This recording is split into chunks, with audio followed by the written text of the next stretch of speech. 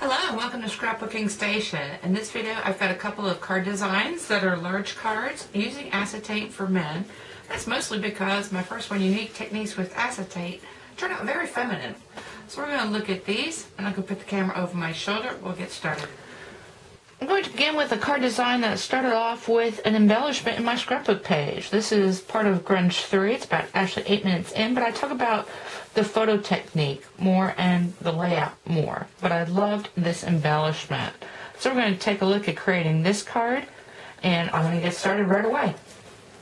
The basic elements for this first card is, of course, your base cardstock. So you want a piece 6.5 by 10 and square it at 5, and that's going to make a tall tent fold.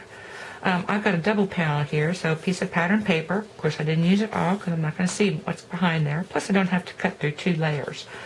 I already went ahead and cut this hole, and that was by making the focal image first, using my circle framelit, cutting that out. I printed a second version, and this is actually on photographic paper. Made my little lens cap, and then backed that with my acetate. Raised it up on some cardboard. To cut the hole into this double panel, well, first off I attached the 2 pieces together, positioned my camera, and ran it through my big shot. Now what I'm going to do is attach this panel to my card front because I'm ready to cut the hole into the base card. So I'm going to position that. You want to glue it down really good because once I start putting some paste on here, you don't want anything lifting up on you. Of course, this is too wide to run through the big shot either way, and so you'll have to put down your framelit, fold this over, and run it through. Then we'll be back. Okay, so now I've got my cutout all the way through the card front.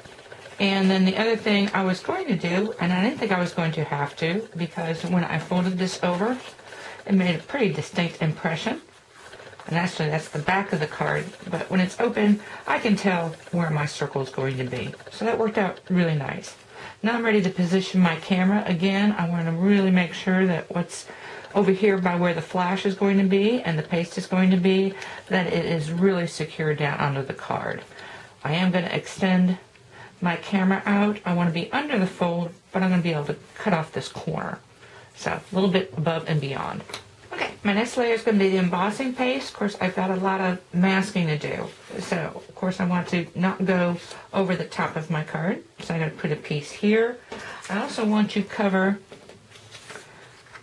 my lens. So I'm going to use this piece. And then on my template,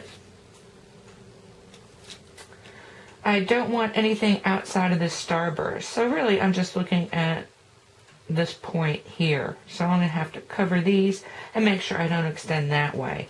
And then it's just a matter of putting on the paste. So once I get my mask down, I'll take a photograph. I'll go ahead and paste it and let it dry.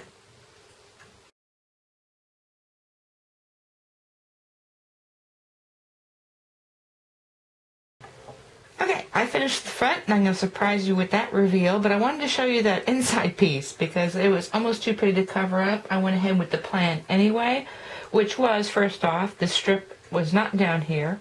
I just put the template, first off, covered up that center circle, and then went with a spritzer, and I used Really Rust. So Really Rust, Dusty Durango, or the Cajun Crades would have worked. I'm always testing on a piece of the same color I'm working against and adding ink if I need to. And this is a pretty strong image. So once I took that off, I then took my air spritzer and a Sharpie. In this case, this is the bronze Sharpie. It doesn't come in copper as far as I know, but looks very copper when I put it on. And I did that after I attached the strips. So everything's still covered. Attached the strips, so I've got some of this copper on here, and then lastly went ahead and black embossed my salutation, and that is right under my window. Now let me show you the front because it turned out really pretty. It was almost anticlimactic to go ahead and attach the lens with the acetate, but a nice effect, which I didn't think. Maybe I can get it to sparkle and you can see that. But the black embossing powder, after being heat embossed, when seen through the orange acetate, makes a sparkle. Of course, while I had this template out here, I have to make my own envelopes. I don't talk about envelopes a lot, but usually I'm doing something with the envelope that fits the card. So this case did the same exact techniques as I did on the inside and put that out there, and also lined it with coordinating pattern paper. Anyway, very pretty. I'm going to leave you with some photographs of the finished pieces, and we're going to move right into a pocket card.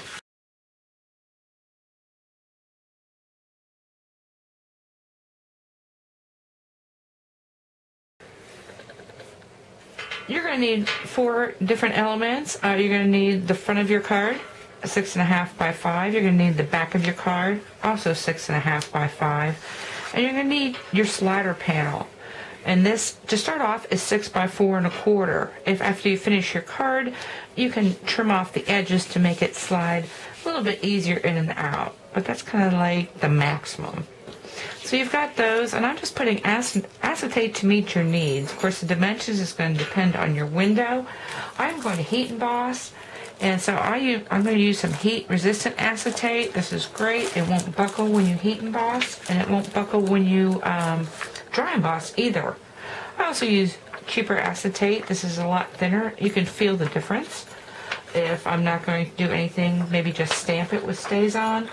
And then I don't have a piece of it, but Stampin' Up! Makes a window sheet, which is super thick and works great, but it is a little bit pricey, so I save that for maybe my box windows. So let's continue.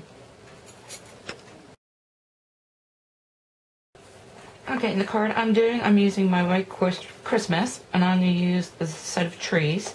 And I've already heat embossed my acetate. And you want to make sure that it looks good with your back of your card showing, and also your piece of slider, because there's going to be a reveal. Now I went ahead and cut my window, and I also textured it, so this was the front piece. And then I went ahead and cut my notch in, and that's so you can pull this up out of your card. And of course, the great thing about having a slide like this is you can stamp something once the card's revealed. And you could use this deer. I chose to go with this guy.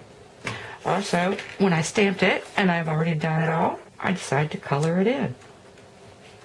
And so once it's revealed, I'm going to have a family of deer into the picture. So let's see how this is going to work.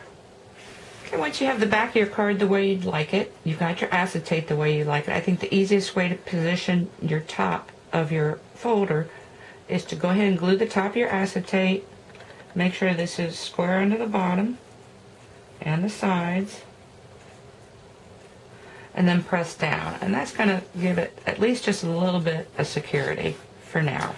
Okay, since this is one of the few card designs where your acetate is not going to show on the back, so go ahead and secure it really well. And I just used Scotch tape because it's really easy. Notice also that the heat emboss side looks way different, and I could have used this as the front as well, but I went with the darker. All I've done is put a line of glue all the way around. You can use Ultra Tape also if you wanted to. And you just want to position this right on top. And you want to let that set before you start slipping and sliding, but now would be a good point. Of course, this is going to be pulling up, and so I went ahead and stamped it. So once in a lifetime you meet someone who changes everything, which kind of really works for this card. So I'm going to let that set. The other thing is for this notch, I used a photo corner. You can pretty much use anything. We're going to look at another example. And then all that's left for me is to add my embellishments. So I will do that and leave you with photographs. The other thing you could do is something like this. I don't want to forget the little men in your life. So windows just plain. I didn't emboss anything. Added some ribbon. And then this slider is going to pull out and reveal happy birthday. So this is really cute too. I actually measured this so that a gift card could be sticking here, and that would be really pretty. So that's all I had for this design. This is, I guess, a pocket slider is what I call it. Another kind of theme you could go with is maybe some sort of ocean for an adult. You know, maybe the front just has the lighthouse and then reveals, you know, the lighthouse, ocean, and a sailboat. So that would be really pretty too. Of course, this kids card, I used animals. You could use dinosaurs, robots, whatever. And that would work really well. Okay, I did have some closing thoughts, and so I wanted to share those as well as the envelopes. First off, besides acetate, acetate's a striking material, and it's great for masculine cards. Of course, suede works well, textures work well, geometric shapes work well, and of course, themes also, and color. For this card, I went ahead and lined it. I also ghosted the back panel of the envelope and then stamped some of these trees. This guy was lined and then just stamping on the front a little bit more. The other thing I wanted to share is I'm into envelopes all of a sudden. That's because I figured out my path of most resistance, and that was cutting the 9 1/4 inch square. My subscribers know that I use dunnage and have gotten into using paper rolls, and a 9 1/4 inch is just too much trouble for me to get to. But now I've got the square, so hopefully you'll be seeing more envelopes for these cards. Anyway, I hope you took something away with you. You can use in your own card making. Thank you for watching.